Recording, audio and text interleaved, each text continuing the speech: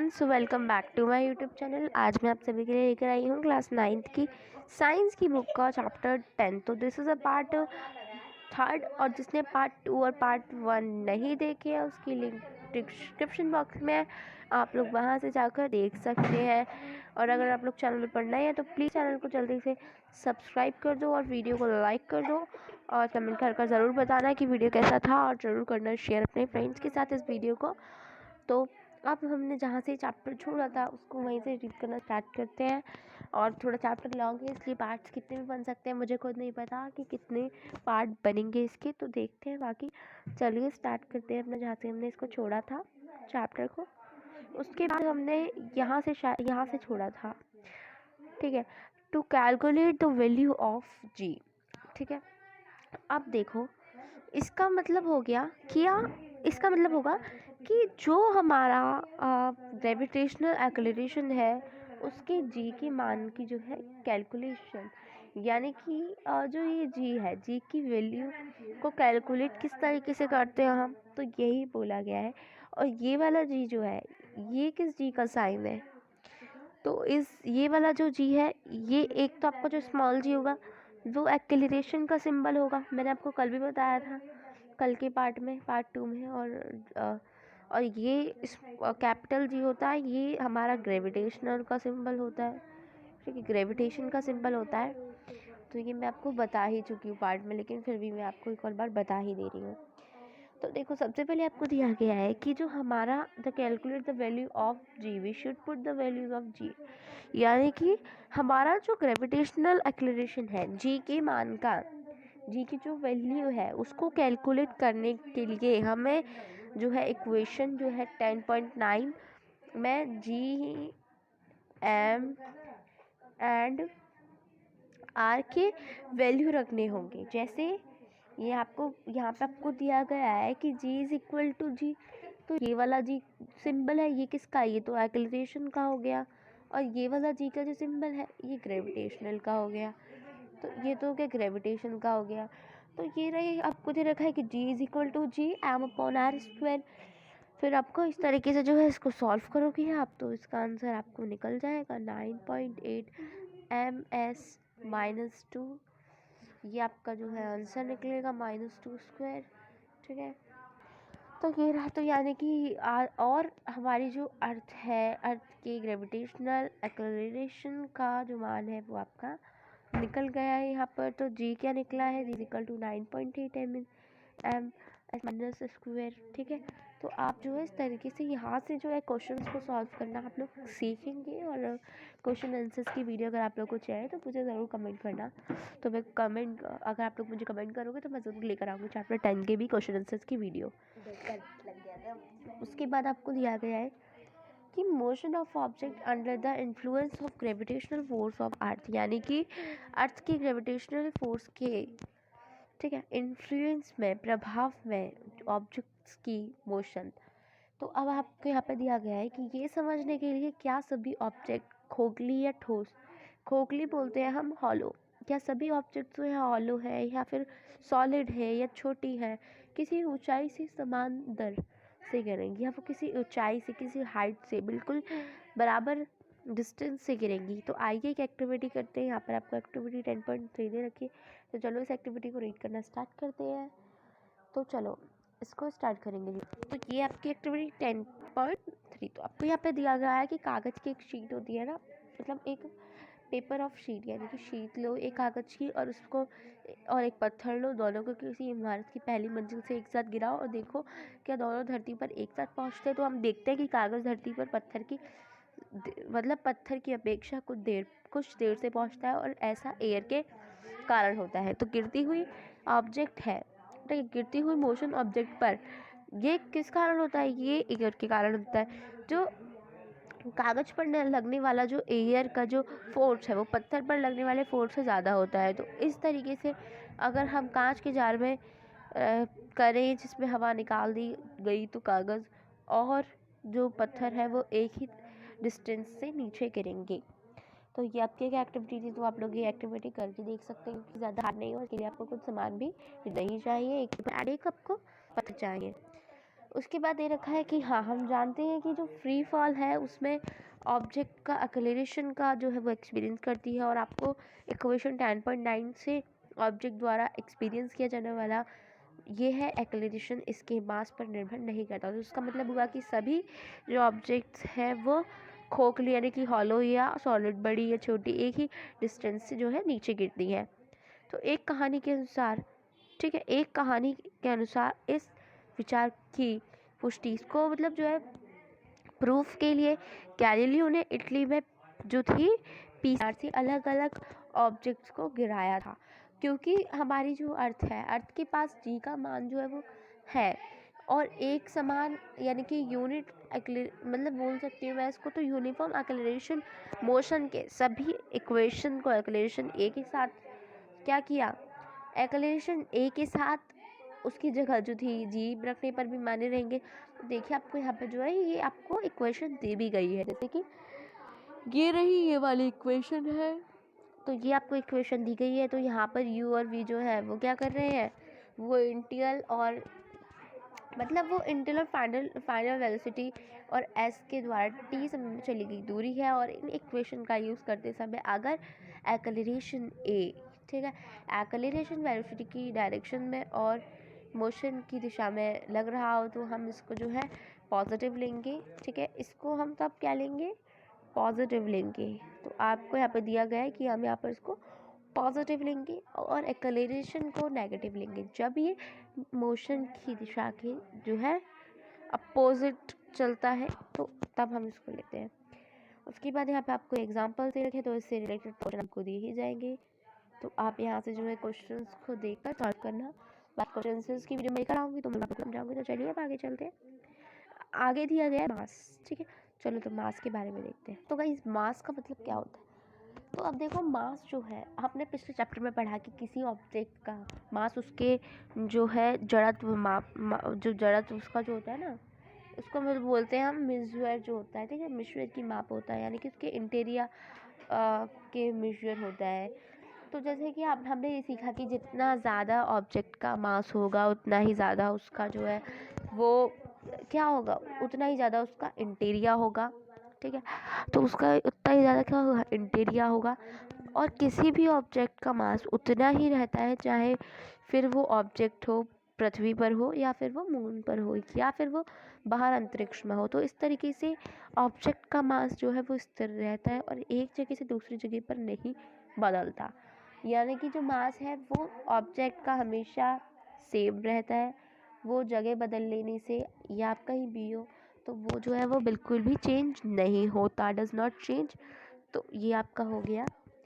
तो आप बोल सकते हैं कि the mass of an object is constant and does not change from place to place. आप देखते हैं वेट, तो वेट ही कहता है कि हम जान अर्थ है, ठीक है, अर्थ अर्थ हर एक ऑब्जेक्ट को एक फोर्स से जो अट्रैक्ट करती है, और ये फोर्स ऑब्जेक्ट के मास और पृथ्वी के अर्थ के ग्रेविटेशन फोर्स के कारण एक्सेलरेशन पर निर्भर है। तो किसी ऑब्जेक्ट का भार, कोई भी ऑब्जेक्ट है वो कितनी भारी है, वो फोर्स है जिससे ये अर्थ की ओर जो है अट्रैक्ट होती है। और हमें पता है कि F is equal to M into A, that is F is equal to M into G. तो ये कहते हैं कि अगर हम बात करें तो ऑब्जेक्ट पर अर्थ का अट्रैक्ट फोर्स जो है वो ऑब्जेक्ट का भार कहलाता है, और इसे W से जो है रिप्रेजेंट करते हैं।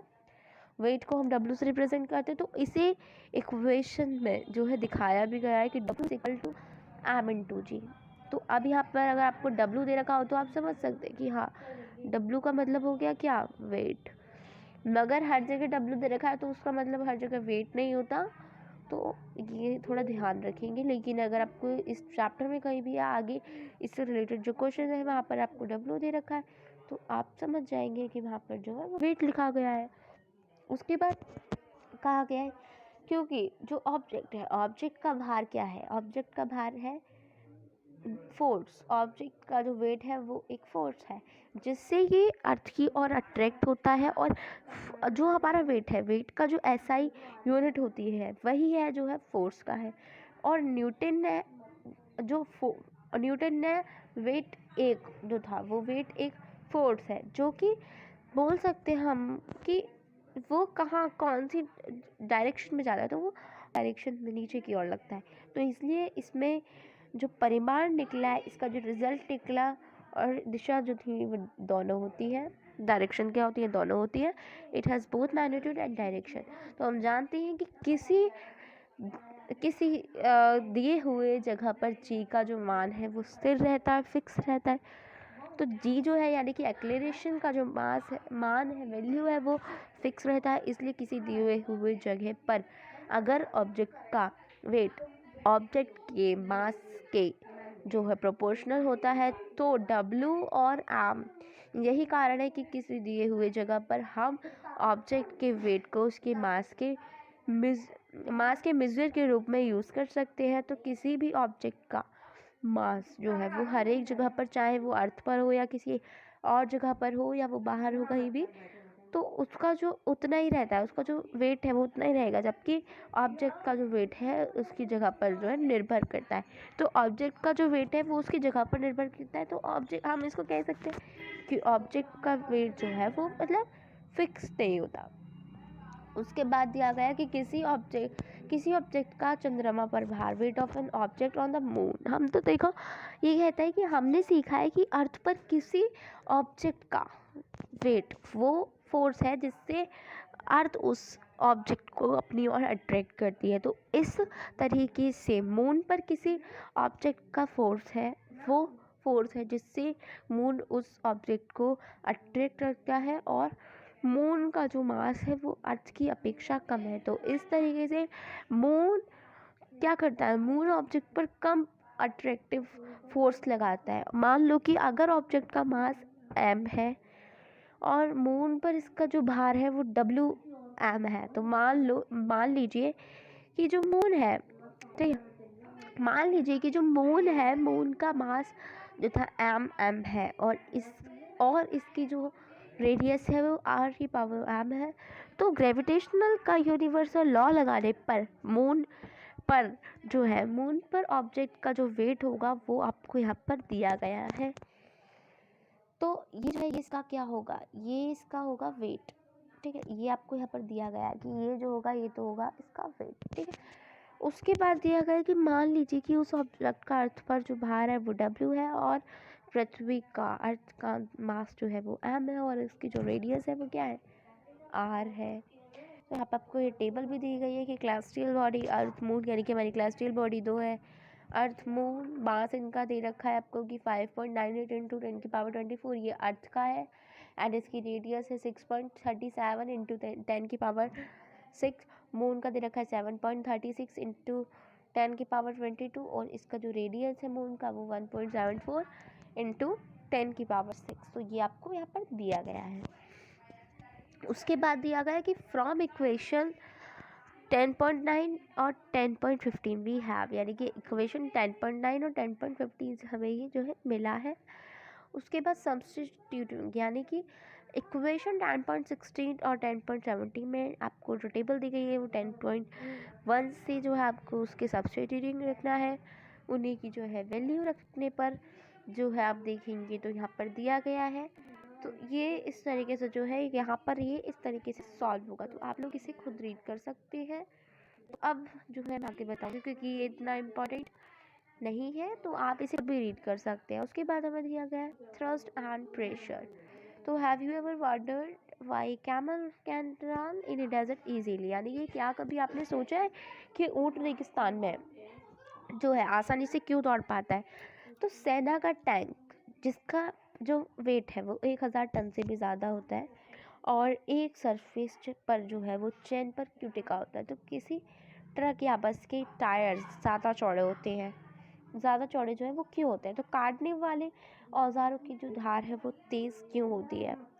उसके बाद इन क्वेश्चन का आंसर जानने के लिए, और इनमें शामिल जो वो दे रखी है आपको, इनमें शामिल जो आपको ऑर्डर्स दे रखे हैं, ठीक है, जो इसमें फिनोमिना ऐड है, ठीक है, उनको समझने के लिए ये दी गई वस्तु पर, दी गई ऑब्जेक्ट पर एक विशेष दिशा में लगने वाले नेट फोर्स, ठीक है।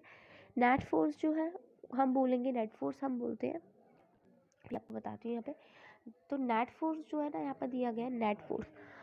तो नेट फोर्स के बारे में, नेट फोर्स जो है, नेट फोर्स और हमारा बोल सकते हैं इसको पर्टिकुलर डायरेक्शन जो होती है उसका एरिया पर लगने वाले फोर्स को, प्रेशर को, ठीक है। तो प्रेशर जो है, इसका जो प्रेशर होता है उस प्रेशर की धारणा से हमें इंट्रोड्यूस कराना ज़रूरी है, मतलब इंट्रोड्यूस कराना जो है बहुत ही सहायक होता है, हेल्प का होता है, मतलब ज़रूरी होता है। उसके बाद अब थ्रस्ट जो होता है, ठीक है, थ्रस्ट जो होता है, थ्रस्ट और प्रेशर का मतलब समझने के लिए आइए यहाँ पर सिचुएशन पर विचार करें। तो आपको फर्स्ट सिचुएशन दे रखी है यहाँ पर, सिचुएशन वहाँ दे रखी है, तो इसको जो पहले पढ़ते हैं, इसको समझते हैं आसानी से और फिर हम जो है डिस्कशन करेंगे। तो ये आपकी सिचुएशन 1 दी गई है, तो चलो देखते हैं। अब दिया गया है कि किसी बुलेटिन बोर्ड पर आप एक चार्ट लगाना चाहते हैं, ठीक है। बुलेटिन बोर्ड होता है तो आप उस पर जो है चार्ट लगाना चाहते हैं, जैसे कि आपको यहाँ पे फिगर में दिखाया गया है। उसके बाद ये काम करने के लिए आपको जो है ड्राइंग की पिनों का जो है, ड्राइंग की पिन जो आपने देखी होगी, ड्राइंग की जो पिन है उनको अपने अंगूठे से दबाना होगा।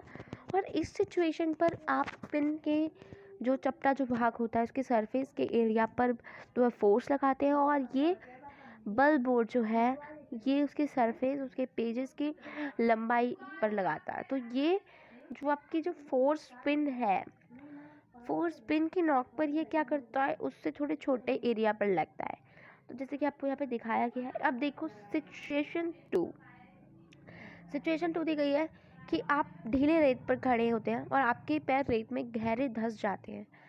जैसे कि होता है कि हम लोग बारिश वगैरह होती है और वहाँ पे कीचड़ हो रही होगी, गीली हो रही होगी कीचड़, तो क्या होता है कि कीचड़ गीली होती है तो हम जब उस पर खड़े हो जाते हैं तो अक्सर ऐसा हो जाता है कि हमारे पाँव जो है अंदर चले जाते हैं। वही आपको सिचुएशन यहाँ पे दे रखी है। अब आपको क्या करना है, आपके जो पाँव हैं वो रेत है उस पर घुस जाते हैं।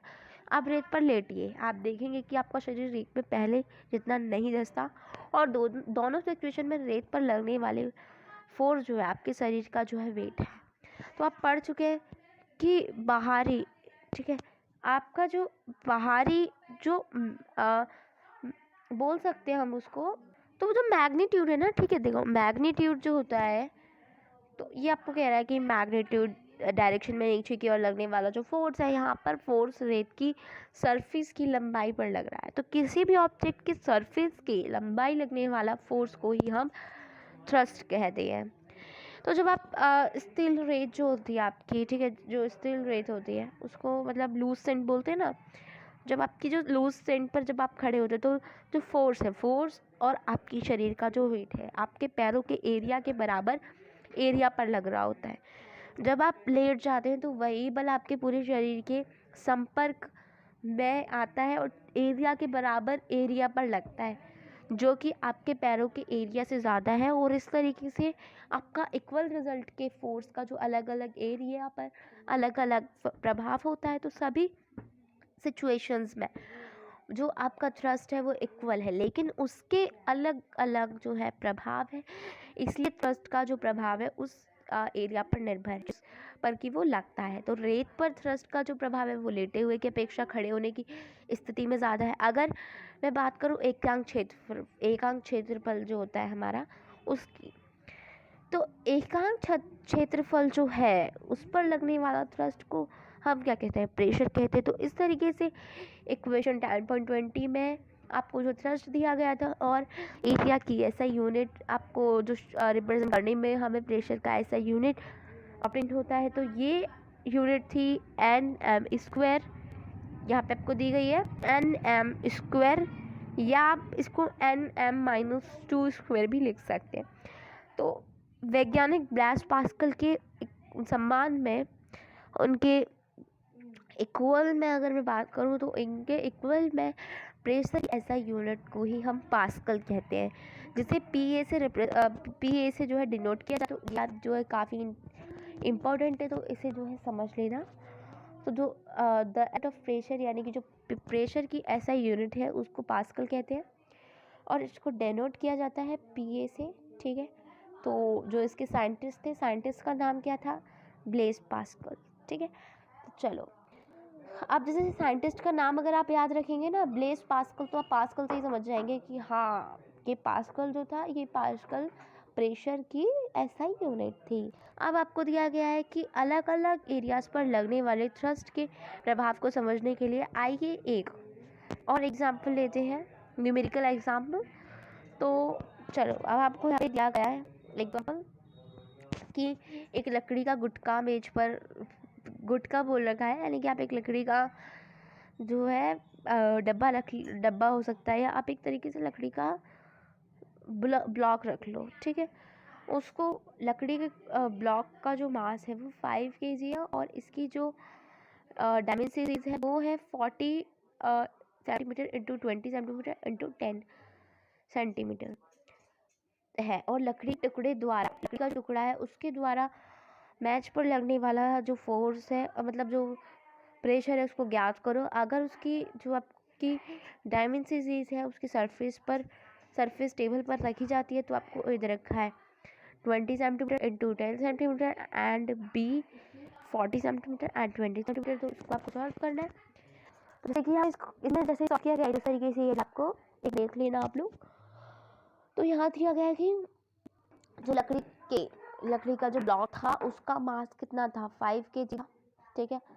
और उसका जो डायमेंसिटीज था वो आपको दे रखा है equal to 40 centimetre into 20 centimetre into 10 centimetre. तो यानी कि here the weight of the wooden block applies a thrust on the tabletop, that is thrust is equal to F is equal to m into G, 5 kg into 9.8 m minus s square।